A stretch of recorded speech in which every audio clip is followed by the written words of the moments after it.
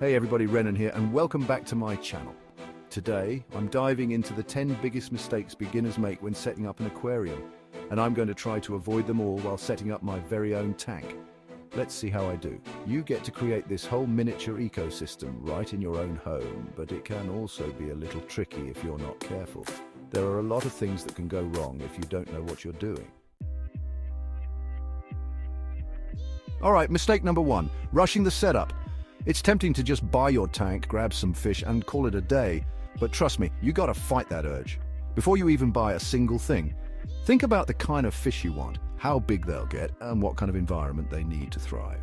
You've got to make sure your tank is the right size and has all the necessary equipment before you introduce any fish. Next up, we have a classic beginner blunder: overfeeding. You see those little fishies looking all hungry and you just want to shower them with food pellets? But resist the urge, my friend. Overfeeding is actually really bad for your fish and your tank. The uneaten food decomposes and releases harmful chemicals into the water.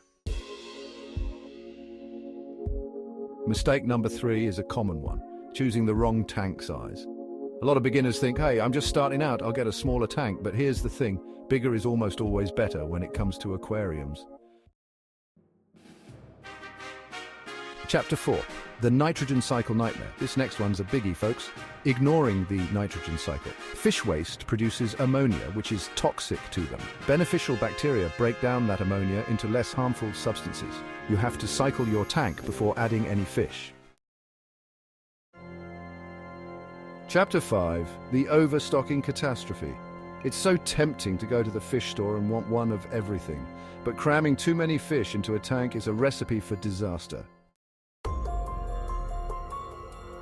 Chapter 6, the Fish Fight Club.